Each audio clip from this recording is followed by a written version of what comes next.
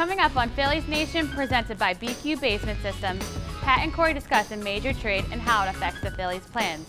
Jason Stark gives us his take on a pitcher who could be dealt and one we wish we kept. Matt Stairs gives us hitting tips, Tommy Green gives us pitching tips, and I've got the batter's inbox questions. That's next on Phillies Nation.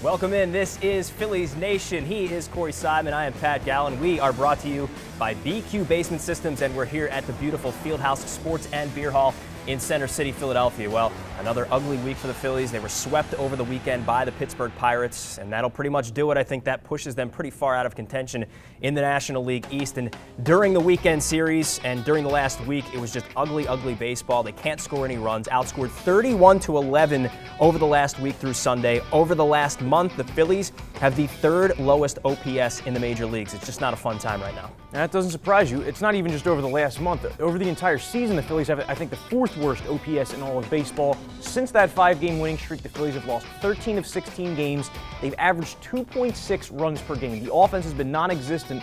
People like to throw out that word inconsistent. It's not inconsistent. This Phillies offense is consistently lousy, and you are what you are at this point in the year.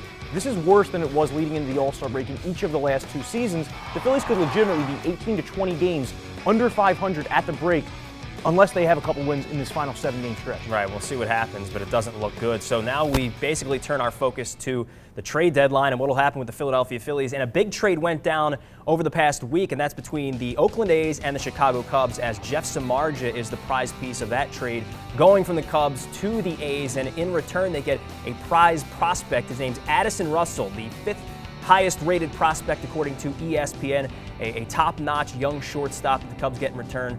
What does this do, though, for the Philadelphia Phillies? A lot of people say, well, what's it got to do with them? But I think it can push the market in a certain direction for the pitchers the Phillies have. Absolutely. First off, I just want to say the Cubs are doing this the right way. They are rebuilding with position players, and they have an incredible stock of position players, especially after this trade, bringing in not just Addison Russell, who you mentioned, but also Billy McKinney, a left-handed hitting outfielder from the A's organization. I have a series of articles this week at CSNPhilly.com looking at the packages of prospects the Phillies should target in trades for their talented veterans. I was assuming the Phillies could get maybe one of Russell or McKinney for a Cliff Lee, for a Cole Hamels if they shopped him. The fact that the Cubs were able to get both, that's incredible. And like you said, I think it does give the Phillies some leverage here heading into the trade deadline, and here's why.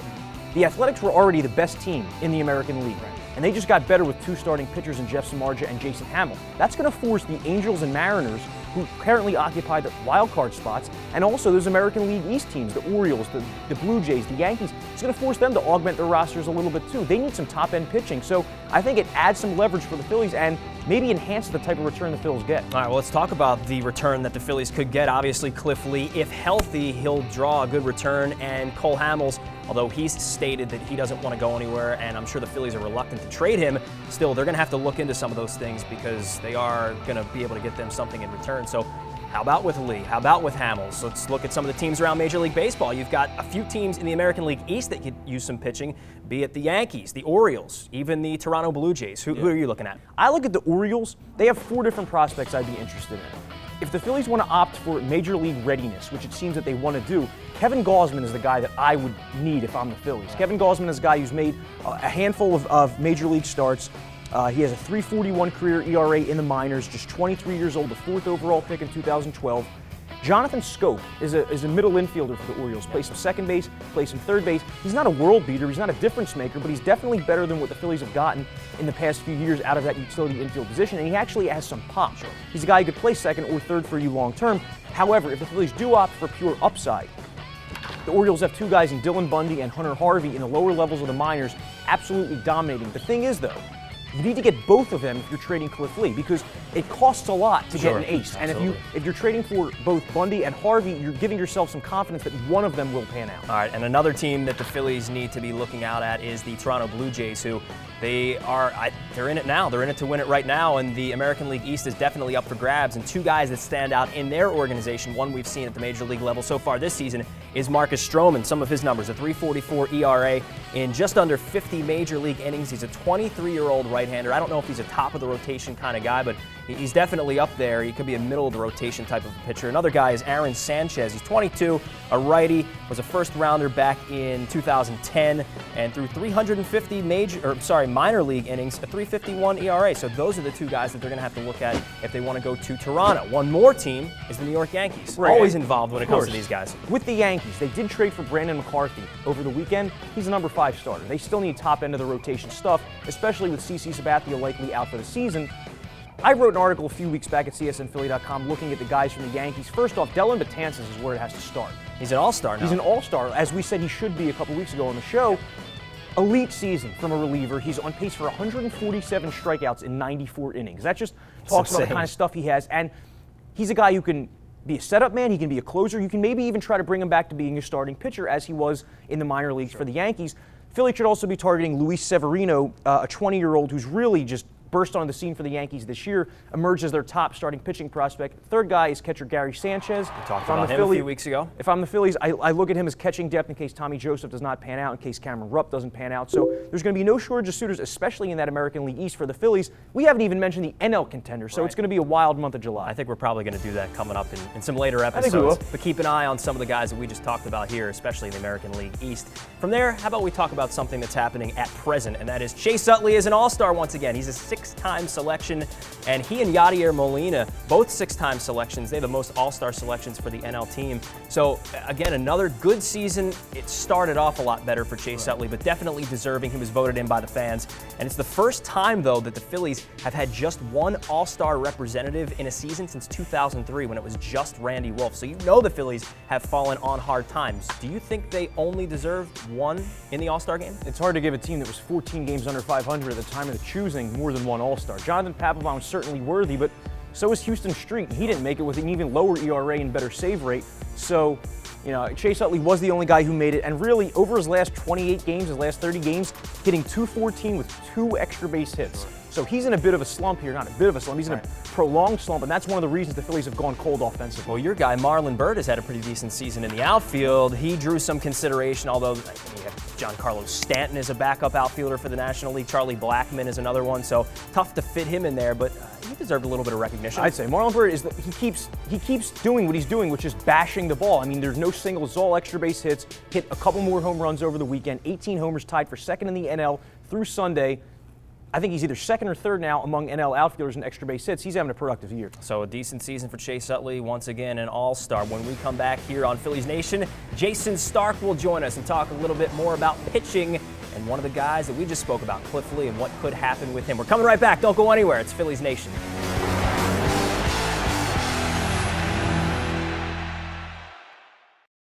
Our customers tell us it's important that they know who they're doing business with. Basement foundation issues are never fun, and finding a contractor that you can trust can be hard. That's why I founded BQ Basement Systems in 1997. We're the experts in identifying and fixing problems in your basement, your crawl space, foundation repairs, and all things basementing. Have one of our certified inspectors out for your free evaluation and estimate. Visit us at bqbasementsystems.com or call us at 1-800-339-2070. Live sports, craft beer, great food, good times. What more do you need? Every day is a party at Fieldhouse Sports and Beer Hall, the largest sports bar in Center City. Come to 11th and Filbert to see what you've been missing. We're very excited to implement a program called 8 Weeks to Wellness. At Summit Spine and Wellness, we combine chiropractic care, massage therapy, customized nutrition, personal training, and meditation. If you want to improve your health, take the 8 Week to Wellness Challenge like Dan, who lost 32 pounds, 6 inches off his waist, and 94 points off his cholesterol. We use a customized wellness score to measure your health and develop a diet and fitness plan just for you. Call our office at 215-487-2500 and ask about getting set up for your wellness score. In a world where bankers have lost all interest, where robots and fat cats rule our fortunes, one woman will stand up and strive to do the impossible. Be treated like a person. Friends and neighbors will join her quest. Ordinary people will band together against the forces of corporate greed. and together they will form Philadelphia Federal Credit Union, already in a neighborhood near you. Pat Gallen here with you on Phillies Nation, and joining us right now is the author of this book. It's called Wild Pitches, from ESPN.com. It's the one and only Jayson Stark joining us. Jason, we appreciate the time. Thanks. What's up, guys? How are you? We're doing pretty well. One guy that we've kind of lost sight of is Roy Halladay, and I know he hasn't pitched here in a little while, but I think that he still plays a role in the fact that the Phillies don't really have great talent and a lot of depth at starting pitching right now. It's almost been like an understated part of the Phillies' demise these last few years has been Roy Halladay, that when the Phillies acquired him, they thought they were probably getting at least 3, as many as 5 great seasons out of Halladay. And it turned out that they only got 2 great seasons out of Halladay, and then an injury-plagued third year, and by that point it was over. And I get the feeling that if Roy Halladay was on this team last season, in 2013, when everything else went wrong, bullpen-wise, offensively, if the Phillies still had a core of Halladay, Lee, Hamels, they would still be a contending team. Your thoughts?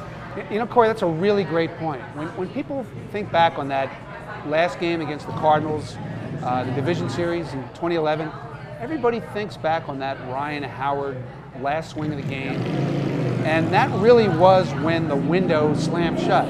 But it wasn't just Ryan Howard that they lost that night, because Roy Halladay was never the same. He emptied the tank and he could never refill it. Came in the next spring, he wasn't right, he was never right again. And I completely agree with you. If you think back on that 2011 season and what made them so special, so dominating, was even on the nights they didn't score, they still won. Their record when they scored 3 runs or fewer that season was incredible, right? When they scored 4 runs, they were unbeatable. And look at this team. Look at the team in the last 2 years. This team has not been able to score runs. How do you cover that up? You cover it up with great, dominating pitching. If you'd had a healthy Halladay, if you'd had a healthy Lee, if you'd had a healthy Hamels, you never know what might have been possible, and really we never will know. I guess that's like the inherent risk of spending so much money on starting pitching. And one thing I always say to people is that you took for granted the 102-win season and how great the pitching was at that time, because now you're looking at the alternative and it's not pretty. Really? And games are a lot longer, if you've noticed. Yeah, those games were like remember there was like 3 or 4 games in the first half that went 3 hours that season? Because those guys just chewed through every lineup they faced. No more. And you're exactly right. When you talk about spending money, big money on starting pitching, you're often forgetting one thing.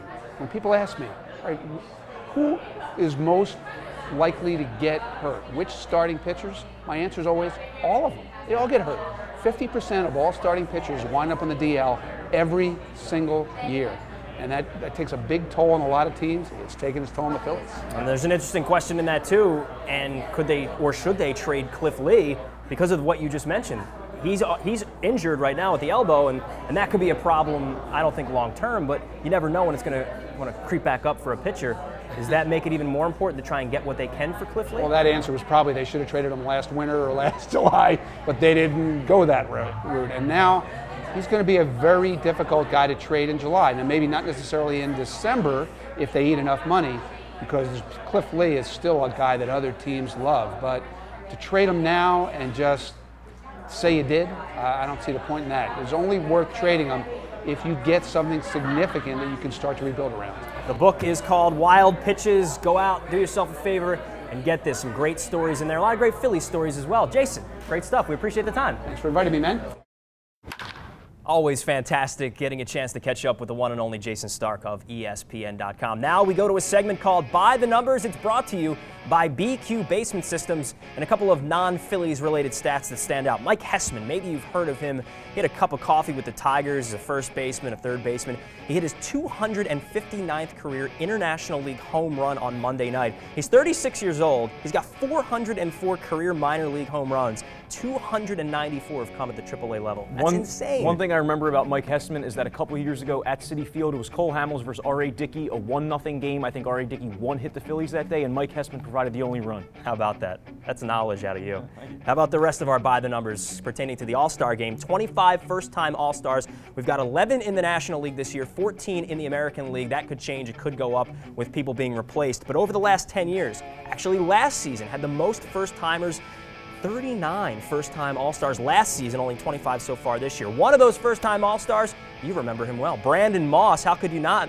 He's going to the All-Star game, and since the All-Star break in 2013, only Miguel Cabrera has more RBIs.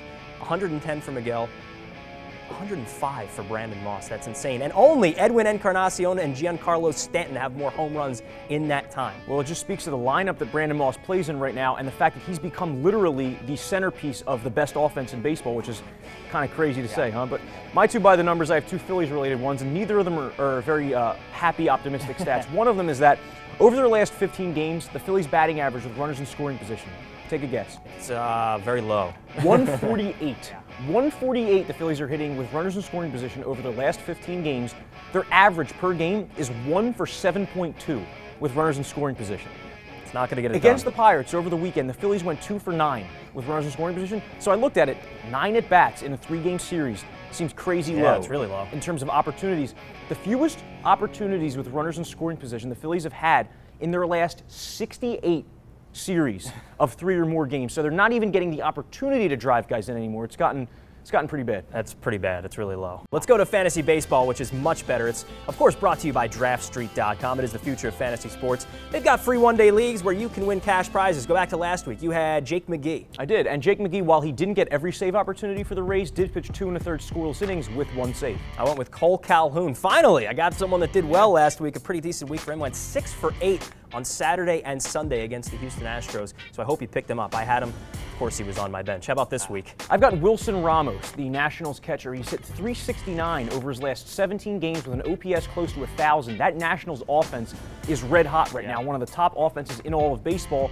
and he's batting 6th or 7th for those Nats, so I would pick him up. He's owned in just 44% of Yahoo leagues. All right, I'm not going with a guy on waivers. I'm going with a guy that you need to trade for right now before he comes back from the disabled list. You might be able to get him on the cheap. Carlos Gonzalez from the Colorado Rockies went down with that finger injury a few weeks back. He's ready to rock. He could be back by Friday. Try and pry him from some unsuspecting owner.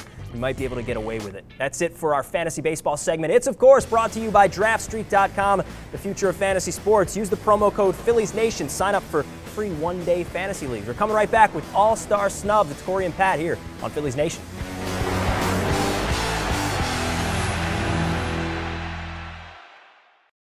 Travel is not the exciting adventure it used to be. I still love the destination, yet getting there can be a hassle unless you travel like the pros. Major League Vacations offers exciting personal or group travel options to your team's away game or your favorite vacation destinations. MLV does all the legwork. You focus on the experience. For more than 20 years, MLV has been a trusted partner to thousands of people just like you. Visit MLV.com and make travel exciting again, or call 800-222-6256. Tell them Ricky Bo sent you. We're very excited to implement a program called 8 Weeks to Wellness. At Summit Spine and Wellness, we combine chiropractic care, massage therapy, customized nutrition, personal training, and meditation. If you want to improve your health, take the 8 Week to Wellness Challenge like Dan, who lost 32 pounds, 6 inches off his waist, and 94 points off his cholesterol. We use a customized wellness score to measure your health and develop a diet and fitness plan just for you. Call our office at 215-487-2500 and ask about getting set up for your wellness score.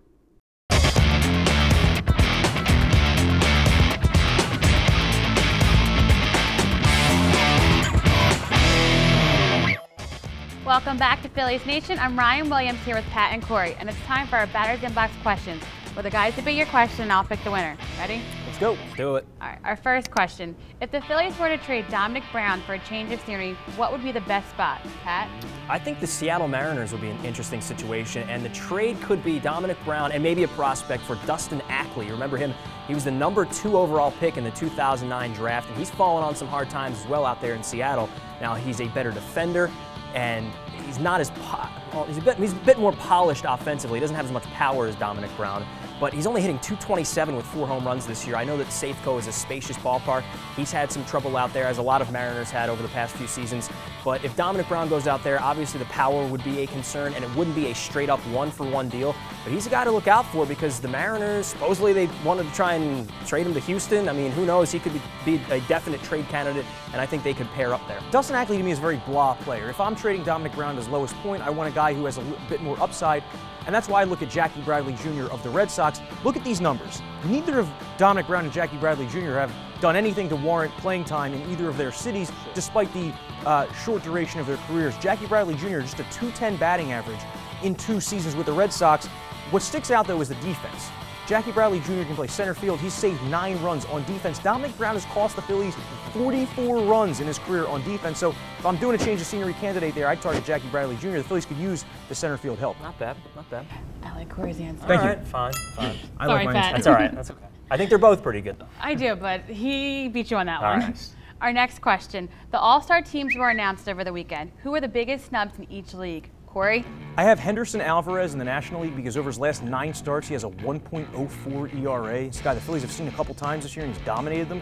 I have Corey Kluber out in the American League because he's in the top 5 in the AL in innings and in strikeouts, and he may never have another opportunity to make an All-Star team. To me, that was a huge snub. I don't see how a guy like Corey Kluber didn't make it. I don't see how a guy like Henderson Alvarez didn't make it, especially when you consider that they're not household name perennial All-Stars who are going to be in the conversation every year. 2 absolutely ridiculous names in the American League that did not make it. One being Ian Kinsler. I understand it's a numbers game out there. A lot of good players in the American League at that position. But he's 3rd in all of baseball for position players at WAR. That's ridiculous that he doesn't make it.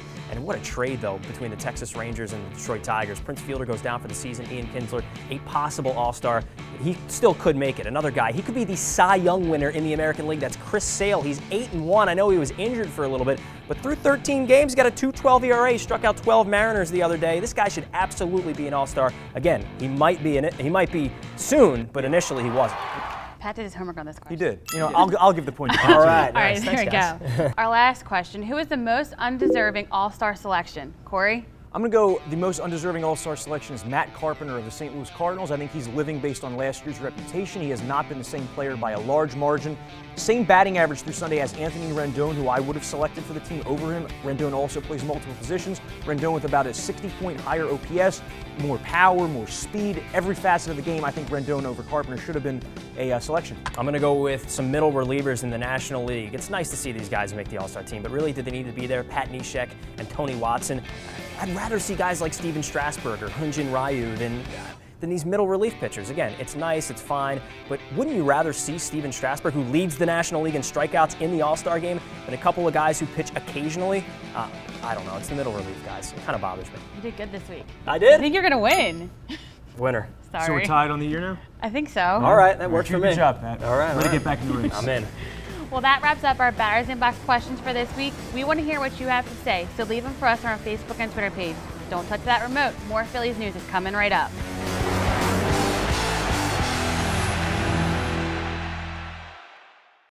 In a world where bankers have lost all interest, where robots and fat cats rule our fortunes, one woman will stand up and strive to do the impossible.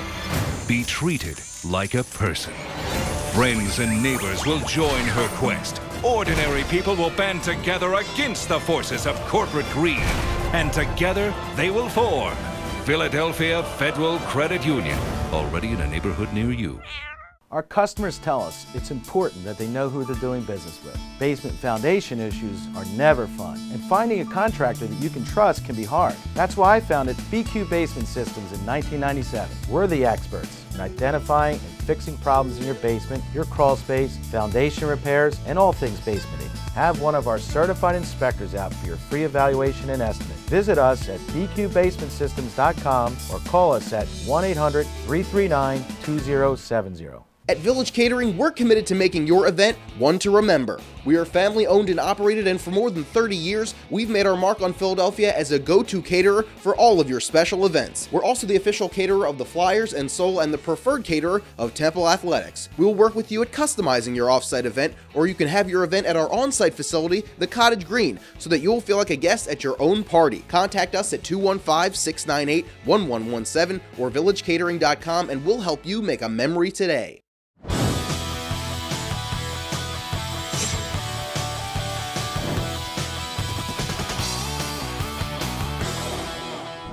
Hi, I'm Tommy Green. Today we're going to talk about wild pitches. In particularly, 93, I led the National League in wild pitches. And the question was raised to me, why? Why does that happen? To me, a couple of them just got away from me. Fastballs that, the heat, just, you sweat a lot. Sometimes that happens. The ball slips a little bit, the ball rides up there. And I was a high fastball guy a lot of times too. Other than that, we never want to get hurt hanging a breaking ball. We try not to get hurt. So our theory, you know, we expand the zone as a pitcher. So when we go to throw a breaking ball, 0-2, 1-2, 2-2, whatever, in particular probably 1-2, I don't want it hanging. So I'm trying to bury it, make it look like a strike. You expand the zone, and sometimes you pull it down in the dirt, and that's what happens. It gets away a little bit further outside than you want it to, and it hits the dirt and gets by the catcher. It's a tough play for a catcher to do. So that's probably why I did it. I threw some breaking ball. I didn't get hurt as much with the breaking ball down in the dirt. They can't hit that. So I hope this helps, answers the question. Hope this helps you out a little bit. All right, well, the biggest thing that I noticed, the difference between aluminum and is wood, is one, just the way the ball jumps off the bat. Not necessarily goes that extra distance with aluminum, but it's the initial contact of the ball going past the pitcher is probably half the time quicker than it is with an aluminum bat. The thing about a wood bat is you have to have one sweet spot on the bat, which is normally about 2 inches from the top. This is the sweet spot. Aluminum, you can hit a ball down in here and still drive it out of the ballpark because it's not going to break. Now, the biggest adjustment I had when I went from aluminum bat to wooden bat was the weight. A wooden bat, you're usually about 3 or 4 points difference. So if you're going 34, you're going a 29-ounce bat. Now with aluminum, when I was swinging the bat when I was younger, I was probably about a 34-inch, 33, 34-inch ounce bat as well. So that's the biggest thing, is the balance and just the aluminum bat, you can stay back a little longer, not worry about getting jammed, ball drive out of the ballpark, where aluminum wood bat, you really have to concentrate on getting the barrel to the ball and hitting off the sweet spot. Thank you, Tommy. Thank you, Matt. Some great pitching and hitting tips there. Before we get to our Twitter trivia, let's talk about things that we need to be watching for, because I know the Phillies have been tough to watch recently.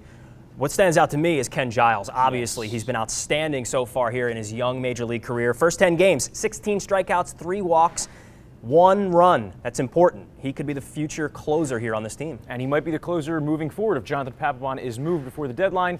I look at Cody Ashley, not so much the results, but the process. He showed a lot of loft on his swing. Homer in Pittsburgh, a pretty impressive home run. And Darren Ruff's going to be back for the second half as well. So those are a couple reasons to watch. Let's go to our Twitter trivia. It's brought to you by Shibe Vintage Sports. You can check out their Phillies gear at shibesports.com and use the code PhilliesNation. You can save 20%. Not bad. So last week's question, Grady Sizemore went for 30 homers, 30 steals, 90 walks in 2008. Since that time, only one other player had done that, 30 and 30 with 90 walks. Can you name him? Well, I know now it's Hanley Ramirez. I did not know that before because I can't imagine him in his current state stealing 30 bases. But absolutely, did it back in 08, 33 homers, 35 steals, 92 walks. This week's Twitter trivia question, use the hashtag PNTrivia. It is, and with Clayton Kershaw's impressive scoreless streak in mind, since 2004, which Phillies pitcher has had the longest streak of innings pitched without allowing a run? Can you name him? Hamels? No. Lee? Nope. Halladay? Nope. Well, then I have no idea. I'm stumped. All right, well, you've got to get the answer to us at Phillies Nation on Twitter. Use the hashtag PNTrivia. The thank yous go all around to Tommy Green and Matt Stairs, to Ryan Williams, the guys behind the camera at 2020, and Brian Michael as well, for our friends at BQ Basement Systems and Fieldhouse Beer and Sports Hall. $3 beers during Phillies games. Come on out. It's a good deal. He's Corey. I'm Pat. We'll talk to you later here on Phillies Nation.